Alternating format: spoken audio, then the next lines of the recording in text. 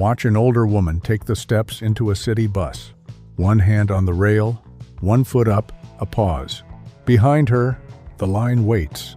At the curb, a wheelchair lift grinds out, one at a time. Now watch a new Flyer D40LF kneel. The body settles toward the pavement, a ramp folds out flat, and from street level there's almost nothing between floor and curb. It wasn't fast. It wasn't luxurious. Nobody called it beautiful the way a scenic cruiser was beautiful. It changed something millions of Americans did every day without thinking. Getting on the bus, dropping that floor sounds simple. The axles, the driveline, the suspension, the fuel system all lived under it. None of that could disappear. Where it came from, why the timing was almost perfect, what riders thought, and why success killed it. That starts with why anyone needed the floor down at all. For most of the century, the American transit bus was built on top of its own machinery. Engine, driveline, axles, air tanks, fuel, all of it lived in a basement under the passenger floor, and that basement is what put the floor about 3 feet off the pavement. A GM new look, an RTS, a conventional high-floor Flyer, 3 decades, same arrangement underneath, 2 or 3 steps at the door. For riders who couldn't take those steps, a wheelchair lift ground open at the curb while the schedule fell apart. If you were 30 and healthy, those steps weren't there. If you were 78, or leaning on a walker, or backing a stroller up one riser at a time, they were the trip. TCRP later put it plainly. Agencies went low floor to make the bus easier for everyone to board, not only for riders using wheelchairs, which leaves the question that basement was answering all along. Take it away. And where does everything inside it go? The man who pushed New Flyer toward that answer had owned the company for barely 2 years. His name was Den Oudsten. He came out of the Dutch bus trade, where his family built city buses in the Netherlands. In July of 1986, he bought Flyer Industries from the government of Manitoba, a chronic money loser, and renamed it New Flyer Industries. He didn't arrive empty-handed. Den Oudsten's family firm had been building a low-entry city bus in Europe called the B85, and most accounts trace the North American design back to it. A B85 came across the Atlantic for testing. Europe had been at this for years, while North America was still bolting lifts onto high-floor bodies. By the company's own history, New Flyer developed and tested the first low-floor bus in North America in 1988, 2 years after he walked in the door. Though the same company page marks that first low-floor bus 1990 somewhere else, so the date is softer than it sounds. Either way, the timing is the point. Nobody had asked for this. No American transit agency was waving a check. No federal rule was forcing anyone's hand. High floor was the norm, the tooling, and the assumption. And Den Oudsten had bet a company he'd owned for 2 years on making all 3 obsolete. The first low-floor delivery, by New Flyer's record, went to the Port Authority of New York and New Jersey in 1992. The better part of 6 years. That's a long time to be right too early. In between, something happened in Washington. The Americans with Disabilities Act became law in the summer of 1990. The date that mattered to bus builders came a month later. Under the Department of Transportation's rules, any public agency running fixed route service that closed bids on a new bus after August 25, 1990, had to deliver a vehicle usable by riders with disabilities. Wheelchair users included. Exceptions and waivers existed. They were narrow. So the tempting story writes itself. Congress passed a law, and New Flyer built a bus to satisfy it. Except New Flyer had been testing one since 1988, 2 full years before the ink was dry. And the law never said low floor anyway. A high-floor bus with a working lift satisfied it completely. What the ADA did was make accessibility something no agency could skip, and once every new bus had to carry a disabled rider, the question became how. An architecture nobody had ordered was suddenly the cleanest answer on the table. TCRP would later call the ADA a major force behind the growing American interest in low-floor buses. Den Oudsten hadn't predicted the law. He'd guessed at the problem underneath it. The law came looking for exactly the thing he'd already built. Legislation could create demand. It couldn't solve the engineering. So, what had to move? On a high-floor bus, that basement is the whole point. Engine, axles, air tanks, drive shaft, wiring.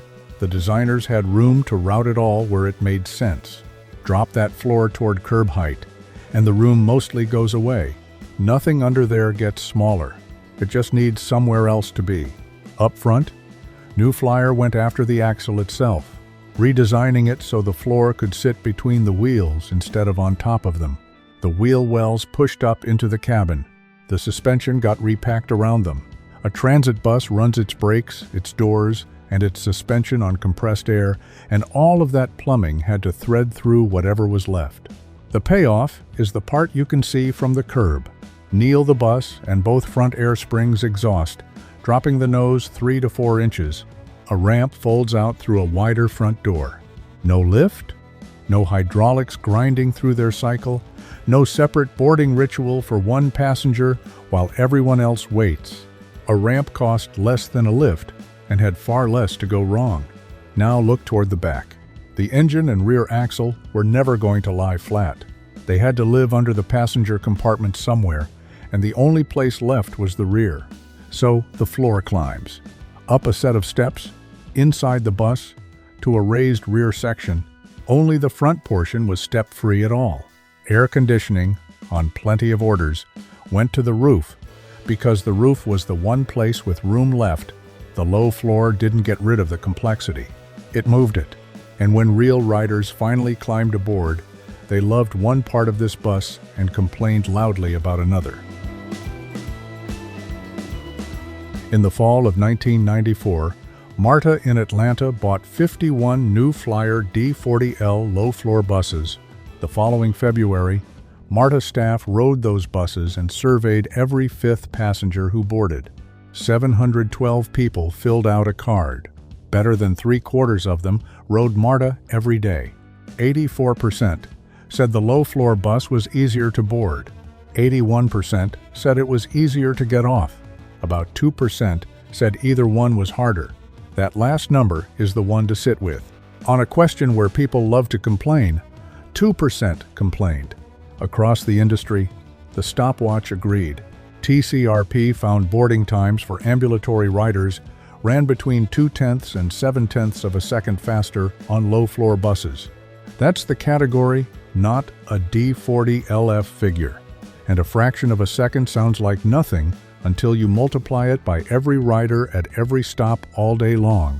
The drivers came around too. What they mentioned most, the ease of boarding, the handling and quickness of the bus, how simple the ramp was to work by hand, and the eye-level contact with passengers coming through the door. At MARTA, better than 9 operators in 10 rated the bus positively on visibility, on handling, on overall performance. Then there's the number that ends it. Measured during the 1996 Paralympics in Atlanta, a passenger using a wheelchair boarded by ramp in about 27 seconds. By lift, 46. The researchers warned that athletes aren't everyday riders, so hold those numbers loosely, but 19 seconds is 19 seconds. Every single time, with a line of people waiting. By 1995, the verdict looked settled. Except a bus isn't a doorway. It's a room you ride in. Every low-floor bus of that generation lost seats to the architecture. TCRP put the range at 31 to 40 on a 40-footer against 43 to 45 on a comparable high-floor bus. Industry figures, not a D40LF spec sheet. The reason sat right there in the cabin. The front wheel wells pushed up through the floor, and each one cost about 3 seats. New York City Transit went looking before it bought. 9 focus groups walked a new Flyer D40L with 37 seats and an RTS with 40. The answers split along a line nobody expected. Seniors, young mothers, riders with disabilities liked the low-floor bus. Easier access outweighed everything. Rush hour riders preferred the old one.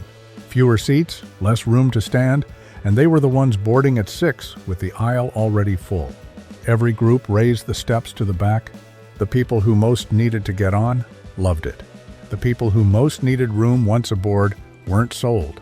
So which bus does a city buy? The one that's easier to board, or the one that holds more of you? The early buses gave everyone something to complain about. Brakes at most agencies, balance front to rear, timing, linings gone too soon. The low-profile radials ran 20 to 30% shorter, and drivers kept wrecking wheels on right-turn curb strikes. Garages rebuilt hoist fixtures and shimmed the bus washes to clear the lower skirts. Riders complained about noise, vibration, a jerky ride, and the mechanics found out where the complexity had gone. Underneath, the bus was cleaner, with less reason to crawl under it. But the equipment had moved upstairs, and reaching it now took a step ladder, a rolling platform, or in Chicago, a powered scissor lift. Most of it, TCRP concluded, was the trouble of a new bus, not a flaw in the low floor. Growing pains, not a broken design. Chicago went first, and Chicago is where ideas go to get tested hard. In July of 1992, the CTA borrowed a single new Flyer D40L and put it into revenue service on the 79 and the 22. One bus, real routes, real crowds, real potholes. The question wasn't whether the thing worked, it was whether it worked in an American city that never stops moving. 14 months later, Calgary answered a different question. In September of 1993, Calgary Transit put 50 of them on the street at once. Not a demonstrator, a fleet. Then Atlanta, where 712 riders had already filled out those cards. Now pull back and look at the whole continent. By the close of 1997, there were more than 2,800 standard and large low-floor buses in revenue service across North America, with another 2,660 on order. Since 1991, low-floor buses on this continent had logged well over 100 million miles carrying passengers. In 1997 alone, 1,185 of them were delivered. Those are low-floor numbers, not D40LF numbers. New Flyer was no longer alone in the field. Gillig, Neoplan, North American Bus Industries, Nova, Orion were all selling low-floor buses by then, and 3 of those builders expected low-floor to be half to 90% of their sales by 2000. Somewhere in there, the strangeness wore off. At the start of this story, a low floor was the thing that needed explaining. Now it was the high floor that had to justify itself. Look at the name on the side. D for diesel, 40 for the nominal length, LF for low floor, 4 characters, and every one of them tells you something true. They just don't tell you what you're looking at. Nobody walks onto a lot and buys a transit bus. Agencies write specifications and put them out to bid. And a specification is a list of one city's priorities. Chicago wanted standees. Ann Arbor wanted seats. Calgary wanted a bus that would start in January. So the powertrain changed, and the gearbox behind it, and the seat layout, and the heating and air conditioning, and where the wheelchairs went, and how many, which is why you can't say the D40LF made a certain horsepower.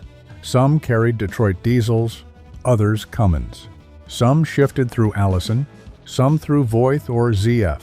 2 buses wearing the same 4 characters, delivered 5 years apart to different cities, could be different machines under the skin. The engine changed. The floor plan changed. The styling eventually changed too. The architecture never did. The company that bet everything on the low floor went looking for something better than its own bus.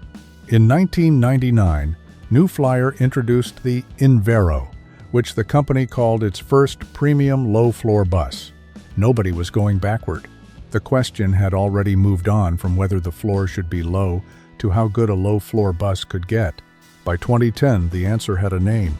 The Xcelsior platform enters New Flyer's own milestone history that year, and in June of 2014, the company announced it would concentrate its heavy-duty transit and BRT production on that single platform.